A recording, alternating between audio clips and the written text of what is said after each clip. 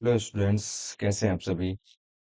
आज हम लोग स्टार्ट करने वाले हैं क्लास 12th के इकोनॉमिक्स में, जो कि एक बुक है माइक्रो इकोनॉमिक्स का। इसको आज हम लोग मतलब उसका ओवरव्यू लेंगे, उसका सिलेबस पढ़ेंगे कि आखिर इसको इसके अंतर्गत हम लोग क्या पढ़ने वाले हैं आगे जाके। तो ठीक है, आज हम लोग इसको देखेंगे, इसके आउटलाइंस को देखेंगे माइक्रो इकोनॉमिक्स के। ठीक है, उसके बाद हम लोग इस बुक को पूरा कवर करेंगे, यानी कि इसके जो भी यूनिट हैं उसको पूरा कवर करेंगे। तो चलिए स्टार्ट करते हैं आज की क्लास। ओके, तो फर्स्टली आप लोग देखोगे इसके सिलेबस में माइक्रो इकोनॉमिक्स जानते हो क्या है। माइक्रो इकोनॉमिक्स मतलब क्या है कि सूक्ष्म। माइक्रो मीन्स क्या होता है, माइक्रो। माइक्रो मीन्स होता है सूक्ष्म। ठीक है, सूक्ष्म। और इकोनॉमिक्स मीन्स क्या होता है, इकोनॉमिक्स मीन्स होता है अर्थशास्त्र। ठीक है, तो इस बुक का नाम है सूक्ष्म अर्थशास्त्र। ठीक है, तो चलिए सबसे पहले इसका हम लोग सिलेबस को देख लेते हैं। और इसमें इकोनॉमिक्स को दो पार्ट में डिवाइडेड है, ये मैं माइक्रो है और मैक्रो है। और 11th हम लोग क्या पढ़ते थे, इंडियन इकोनॉमिक्स के बारे में पढ़े थे और साथ ही स्टैटिस्टिक्स के बारे में पढ़े थे। ठीक है ना, तो सबसे पहले हम लोग देख लेते हैं इसके बारे में, इसका परिचय, जो कि फर्स्ट यूनिट है इसके सिलेबस का। तो फर्स्ट यूनिट जो है वो है इंट्रोडक्शन। मतलब कि इस चैप्टर हम लोग क्या क्या पढ़ेंगे। ठीक है, तो इस चैप्टर हम लोग पढ़ेंगे मीनिंग ऑफ माइक्रो इकोनॉमिक्स की। माइक्रो इकोनॉमिक्स क्या है ना, इसकी परिभाषाएं क्या हैं, इसके बारे में पढ़ेंगे। तो सबसे पहले मैं आपको बता दूं, क्योंकि माइक्रो इकोनॉमिक्स की बुक ही पढ़ने जा रहे हैं हम लोग इस चैप्टर में। तो मतलब इस जो क्लास है, इस क्लास में तो हम लोग केवल इसके बारे में ही पढ़ेंगे, इसके आउटलाइंस के बारे में ही पढ़ेंगे। लेकिन थोड़ा थोड़ा मैं आप लोगों को ओवरव्यू देता चलूंगा कि आखिर ये होता क्या है। ठीक है, तो मीनिंग ऑफ माइक्रो इकोनॉमिक्स, तो मैंने आपको बताया था कि माइक्रो मीन्स होता है छोटा और इकोनॉमिक्स मीन्स होता है अर्थशास्त्र, तो जिसमें अर्थशास्त्र के छोटे भाग का अध्ययन किया जाता है। जैसे कि छोटे उद्योग हो गए, है ना, इनका अध्ययन किया जाता है, वो होता है क्या, माइक्रो इकोनॉमिक्स। ठीक है, फिर उसके बाद इसी चैप्टर के इसी यूनिट के अंतर्गत एक टॉपिक आता है सेंट्रल प्रॉब्लम्स ऑफ इकोनॉमी, यानी कि अर्थव्यवस्था की मूल समस्याएं। तो आप लोगों को, काफी लोगों को कंफ्यूजन होगा कि मैं ये हिंदी मीडियम से पढ़ाने वाला हूँ कि इंग्लिश मीडियम से। तो ये प्राय जो मेरा मीडियम है वो हिंदी है, लेकिन मैं बीच बीच में कुछ टर्म्स हैं जो कि इंग्लिश में भी होंगे। तो सिलेबस है, इसलिए मैंने हिंदी इंग्लिश का थोड़ा सा मिक्सअप कर दिया है। लेकिन आगे जाके मेन टर्म्स जो होंगे वो हिंदी इंग्लिश में होंगे, बाकी हिंदी में ही होगा। ठीक है, तो सेंट्रल प्रॉब्लम्स ऑफ इकोनॉमी पढ़ेंगे नेक्स्ट इसमें चैप्टर, इस अर्थव्यवस्था की मूल समस्याएं, जिसके अंतर्गत क्या होता है कि मेन समस्या क्या होती है अर्थव्यवस्था में, जानते हैं कि क्या उत्पादन किया जाए, क्या उत्पादन किया जाए और कैसे किया जाए। ये उत्पादन तो करना है, लेकिन कैसे, ये भी चीज। और किसके लिए उत्पादन किया जाए, ये भी तो बहुत बड़ी समस्या है। तो अर्थशास्त्र में तीन मेजर समस्याएं हैं। ठीक है, इनके बारे में हम लोग आगे जाके अच्छे से पढ़ेंगे। ठीक है, प्रोडक्शन पॉसिबिलिटी कर्व, पीपीसी, यानी कि उत्पादन संभावना वक्र बोलते हैं इसको। क्या बोलते हैं हिंदी में, उत्पादन संभावना वक्र, इसको हिंदी में बोलते हैं। ठीक है, तो इसके उत्पादन संभावना वक्र हम लोग एजम्पशन पढ़ेंगे, यानी कि मान्यताएं पढ़ेंगे, इसकी प्रॉपर्टीज पढ़ेंगे। फिर उसके बाद इसी के अंतर्गत एक आता है अपॉर्चुनिटी कॉस्ट, इसको बोलते हैं अवसर लागत। क्या बोलते हैं, अवसर लागत। ये अवसर लागत, ये मतलब इसका तात्पर्य ये है कि जैसे कि अवसर लागत में आप आगे जाकर आपको बताऊंगा, इसमें क्या होता है कि किसी एक चीज को पाने के लिए दूसरी चीज को खोना पड़ता है, इस तरीके का मतलब। दूसरा अवसर अगर पाना है तो पहले अवसर को आपको छोड़ना पड़ेगा, इस तरीके से अवसर लागत है। ठीक है, तो इसको आगे जाकर हम लोग बताएंगे आपको। फिर है marginal rate of transformation, MRT. ठीक, इस यूनिट में यही है, कुछ बेसिक टॉपिक्स हैं, इनको हम लोग आगे जाके पढ़ेंगे, वो भी डिटेल में। फिर आता है अपना सेकेंड यूनिट, जो कि है consumer behaviour. Consumer behaviour and demand. ये आप लोग कंज्यूमर बिहेवियर जो है बहुत इंपॉर्टेंट है। ये 12th क्लास में ही नहीं बल्कि आगे जाके आप जब नेट की तैयारी करेंगे तो उसमें भी यह टॉपिक मतलब उसमें समाहित है, कंज्यूमर बिहेवियर का। ठीक है, तो फर्स्टली हम लोग देख लेते हैं कंज्यूमर बिहेवियर की आखिर कौन कौन से चैप्टर हैं इसके अंतर्गत। तो फर्स्ट है यूटिलिटी एनालिसिस, उपयोगिता विश्लेषण, जिसके अंतर्गत हम लोग पढ़ेंगे उपयोगिता क्या है, टोटल यूटिलिटी क्या है, मार्जिनल यूटिलिटी क्या है ना। फिर इसके बाद law of diminishing marginal utility पढ़ेंगे, यानी कि क्या उपयोगिता ह्रास नियम, है ना। फिर कंज्यूमर इक्विलिब्रियम पढ़ेंगे यूटिलिटी अप्रोच में। ठीक है, तो आगे जाके हम लोग इस चीज को अच्छे से पढ़ेंगे, कुल उपयोगिता क्या होता है, सीमांत उपयोगिता क्या होता है। ठीक है, और उत्पादन ह्रास नियम क्या है ना। ये सब चीज़ों के बारे में हम लोग आगे जाके चैप्टर में पढ़ेंगे अच्छे से। अभी फिलहाल आप लोग थोड़ा थोड़ा बस देख लो, ठीक है ना। आप लोग अच्छा सोच रहे होगे कि उपयोगिता क्या होता है। उपयोगिता क्या है, उपयोगिता है जिसमें क्या होता है, उपयोगिता क्या है जिसमें आवश्यकता निहित होती है। इसमें क्या होती है, आवश्यकता निहित होती है। मतलब कोई भी चीज हमको आवश्यक है तो वो हमारे लिए उपयोगी है ना। फिर दूसरा चैप्टर जो इसी के अंदर आता है वो क्या है, इंडिफरेंस कर्व। क्या है, इंडिफरेंस कर्व। इंडिफरेंस कर्व इसका होता है उदासीनता वक्र विश्लेषण। तो इसके बारे में हम लोग कुछ चीजें पढ़ेंगे, जैसे कि इंडिफरेंस कर्व होता है क्या है, और इसके आईसी कर्व की प्रॉपर्टीज क्या है, और बजट लाइन क्या होता है, कंज्यूमर इक्विलिब्रियम, आईसी अप्रोच, इसके बारे में हम लोग भी आगे से अच्छे से पढ़ेंगे।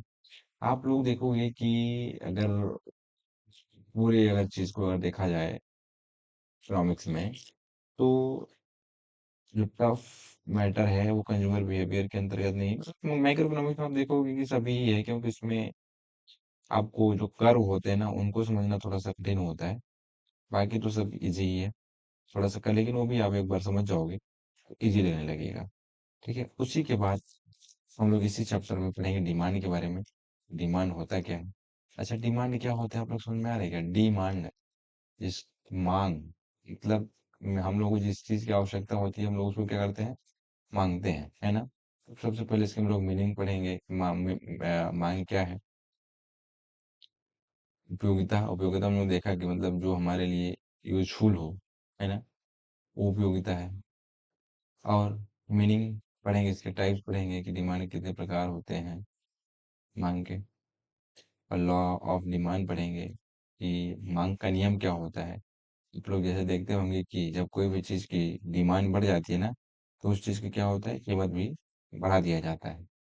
और जिस चीज़ का कीमत बड़ा होता है उस चीज़ का डिमांड कम होता है। ठीक है ना, इन सब चीज़ों को हम लोग अच्छे से आगे जाके डिस्कस करेंगे। ठीक है, फिर डिमांड शेड्यूल कर्व के बारे में पढ़ेंगे।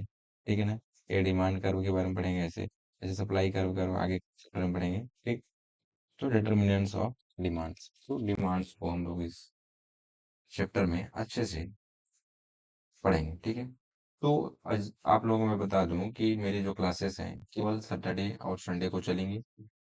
ठीक है, मैं वीक में केवल 2 ही क्लास लूंगा, और मैं एक दिन में एक चैप्टर मतलब एक क्लास में एक चैप्टर कंप्लीट करवाने का प्रयास करूंगा, और मुझे लगता है मैं कर लूंगा।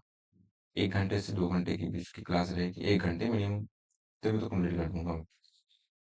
ठीक है, तो आप लोग टेंशन फ्री हो जाइए। इस बार मैं आप लोगों को इकोनॉमिक्स कंप्लीट करवा के ही दूंगा, 11th 12th का।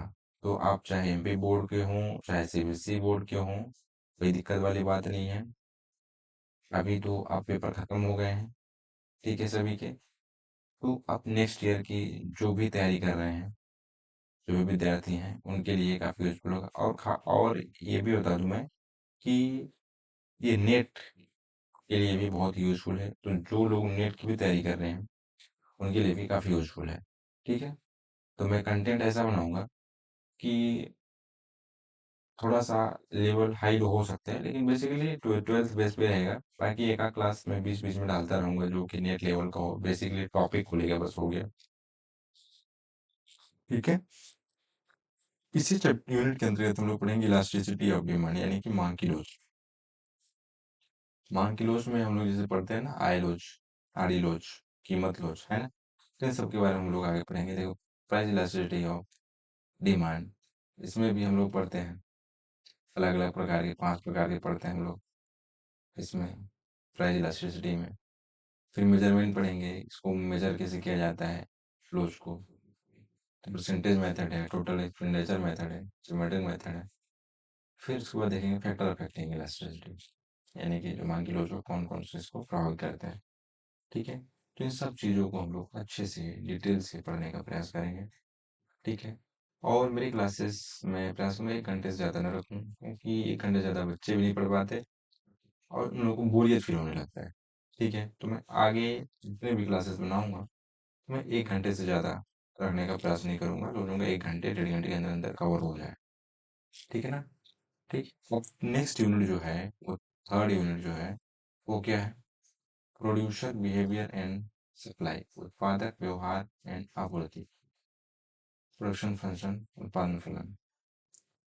तो फर्स्ट इसमें जो चैप्टर है, मतलब टॉपिक है, वो है उत्पादन फलन, प्रोडक्शन फंक्शन। इसका मीनिंग, प्रोडक्शन क्या होता है आप लोगों को पता है क्या? उत्पादन, उत्पादन किसी चीज की उत्पत्ति। जैसे आ, चावल हो गया, तो चावल कैसे बनता है? सिर्फ उसको रोपा जाता है, उसके बाद उसकी कटाई की जाती है ना। उसके बाद धान निकलता है, धान को फिर उसके बाद दरा जाता है, उसके बाद ना होता है चावल। ठीक है। तो ये होता है production. Short run and long run, मतलब दीर्घकाल और लघुकालीन में, मतलब कैसा इसका वो रहता है। तो इसके बाद आगे देखेंगे टोटल प्रोडक्ट क्या है, एवरेज प्रोडक्ट क्या है, मार्जिनल प्रोडक्ट क्या है। मतलब इन सब चीज़ों को आप लोग अच्छे से लेके परिभाषाओं के साथ पढ़ेंगे, जो कि आपके एग्जामिनेशन के लिए भी काफ़ी यूजफुल होंगे।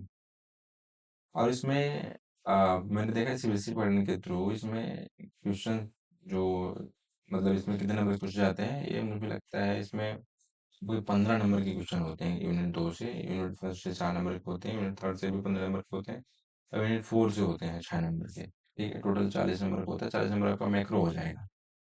ठीक है ना। तो इस तरीके से, तो फिर इसी चैप्टर के अंदर तुम पढ़ेंगे लॉ ऑफ वेरिएबल प्रोपोर्शन। इसमें स्टेज ऑफ प्रोडक्शन पढ़ेंगे, रिलेशनशिप बिटवीन टीपी एपीएमपी पढ़ेंगे। ठीक है। Total product. ठीक।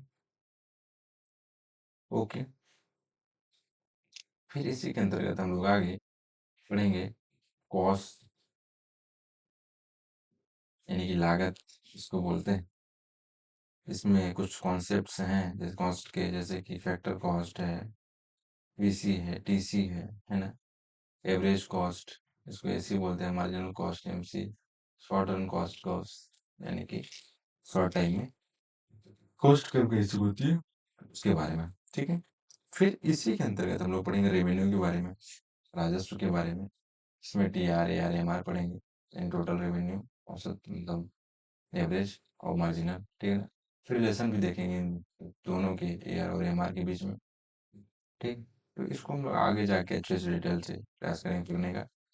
फिर pollution equilibrium conditions, M R equal to M C, M C रह आप लोग इस क्लास को तो ना सही, बट इसके आगे वाला जो क्लास आने वाला है ना, फर्स्ट क्लास, आप लोग उस क्लास को देखना मत भूलिएगा, क्योंकि असली कंटेंट तो आपको उसी में मिलेगा पढ़ने को, और मज़ा भी आने वाला है बहुत।